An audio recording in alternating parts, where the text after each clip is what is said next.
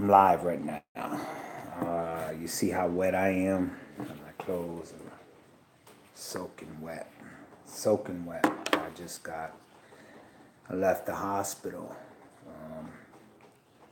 And I had to walk in the rain to get to where I'm staying. Can't say living, where I'm staying. Because the only reason why I went to the hospital are two reasons. One, because I'm sick. I know I'm sick.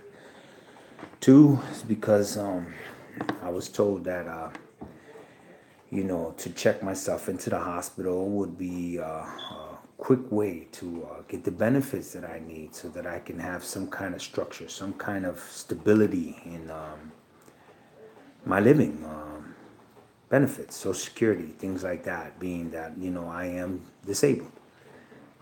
I have cancer, really bad. All these doctors were, really trying to get me to stay, but then they weren't paying attention to what I was feeling, you know, about structure, how important it is to me to not worry about my rent, my phone. Not even going to be able to make videos because I don't have any money to pay the phone bill. My phone bill is due in a couple of days.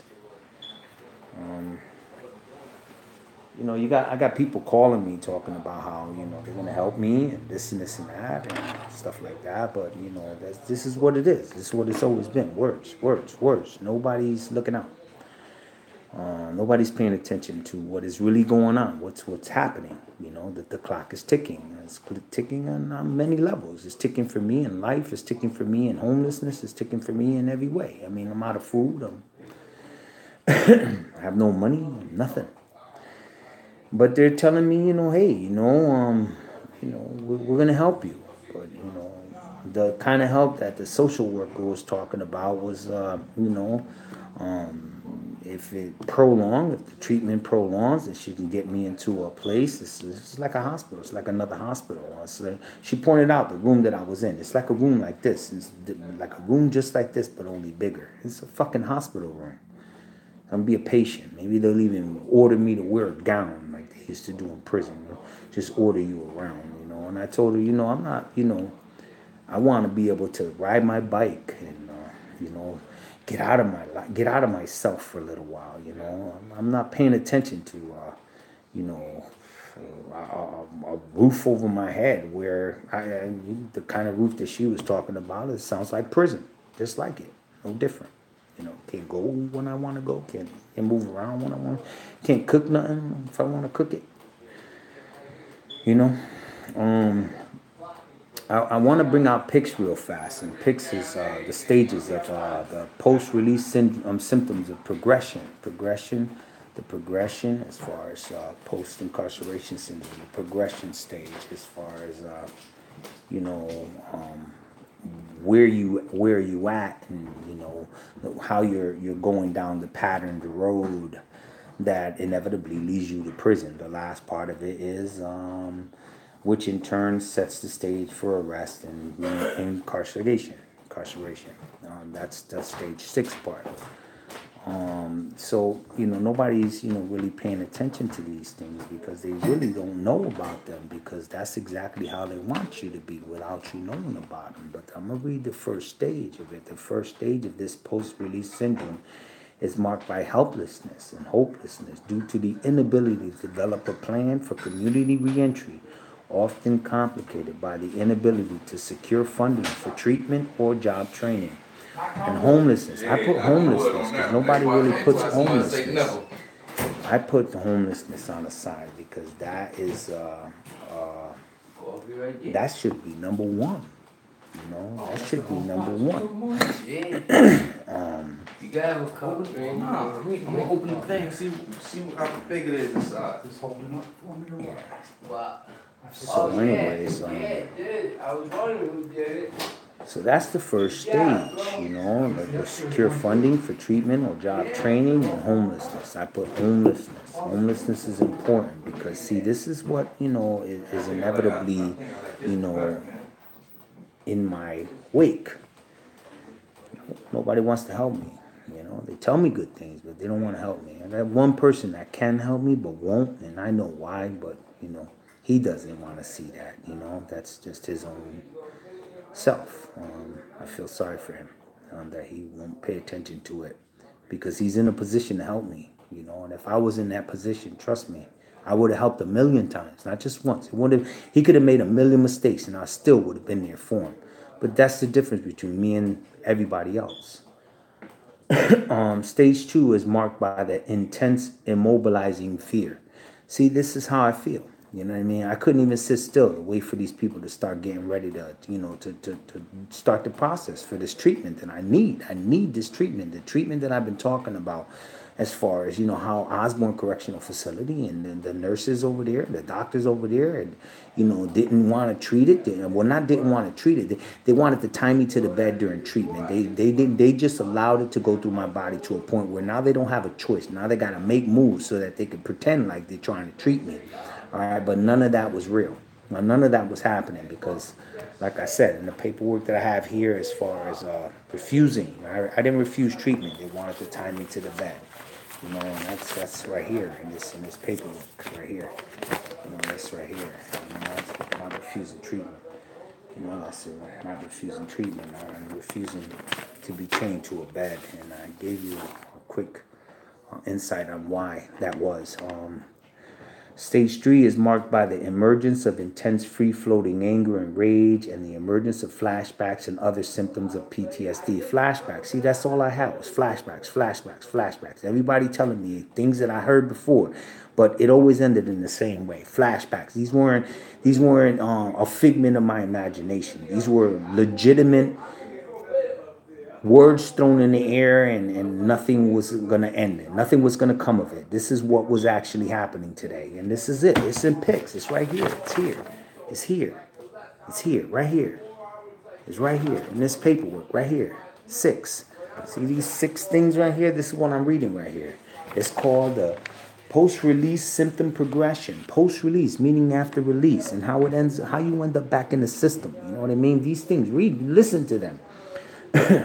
Stage 4 is marked by the tendency towards impulse violence upon minimum provocation.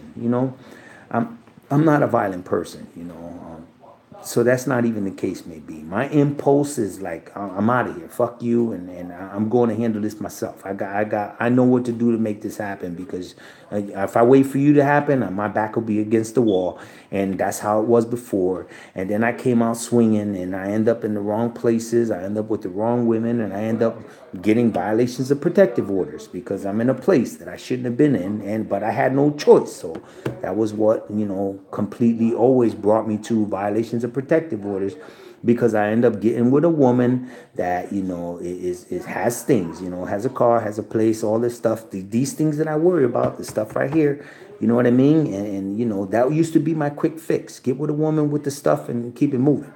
And that used to be my quick fix, so that's the impulsiveness that I'm battling with right now, not getting into that, you know what I mean? Stage 5 is marked by the effort to avoid violence by severe isolation to avoid the triggers of violence. Okay, my isolation is wide open. I isolate because I'm afraid to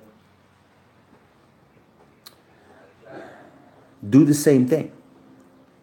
So I gotta get away from everybody. I gotta get away from everybody. I'm soaking wet, So, and I'm sick, Imagine that. Stage 6 is marked by the intensification of flashbacks, nightmares, sleep impairments, and impulse control problems caused by self-imposed isolation that leads to acting out behaviors, aggression, violence, and crime, which in turn sets the stage for arrest and incarceration. Okay, all 6 of these ones. I'm going to reread them. 1, stage 1 of this post-release syndrome is marked by the helplessness and hopelessness due to the inability to develop a plan for community reentry, often complicated by the inability to secure funding for treatment or job training. And like I said before, I put homelessness because that's a big one for me. Stage 2 is marked by the intense immobilizing fear. Okay, I walked out the hospital today because my fear is wasting time in there and coming out to nothing. All right, so stage 3 is marked by the emergence of intense free-floating anger and rage and the emergence of flashbacks and other symptoms of PTSD. Stage 4 is marked by the tendency towards impulse violence upon minimal provocation. Stage 5 is marked by an effort to avoid violence by severe isolation to avoid the triggers of violence. Stage 6 is marked by the intensification of flashbacks, nightmares, sleep impairments, and impulse control problems caused by self-imposed isolation. This leads to acting out behaviors, aggression, violence, and crime, which in turn sets the stage for arrest and reincarceration. Okay, so all of that, all of that, all of that made me sit in that place today.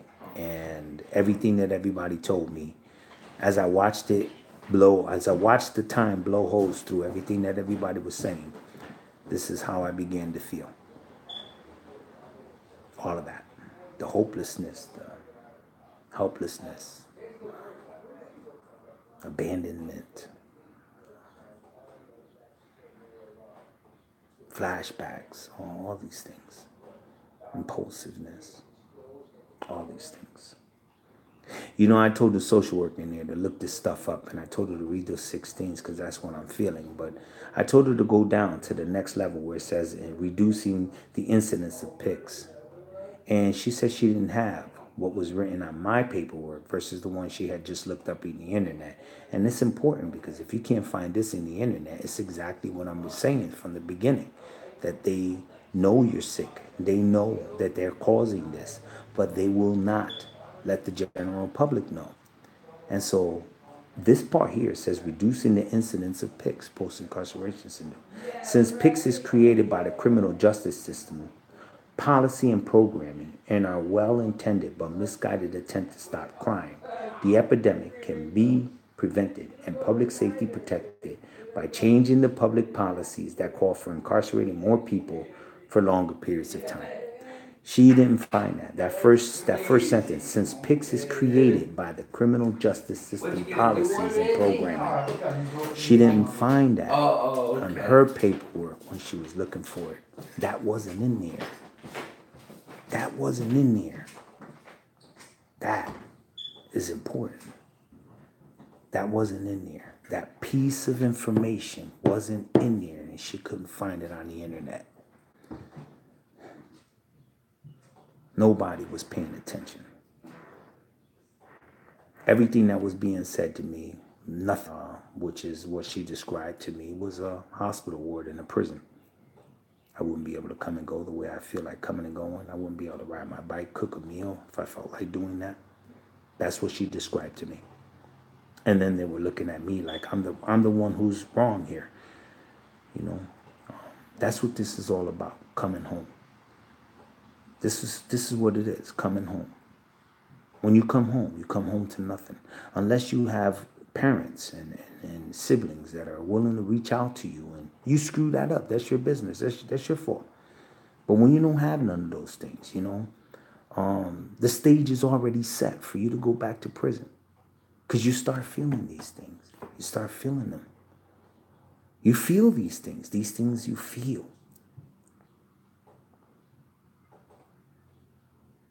And nobody was listening.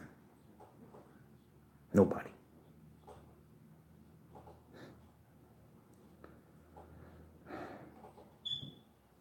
Now here I am.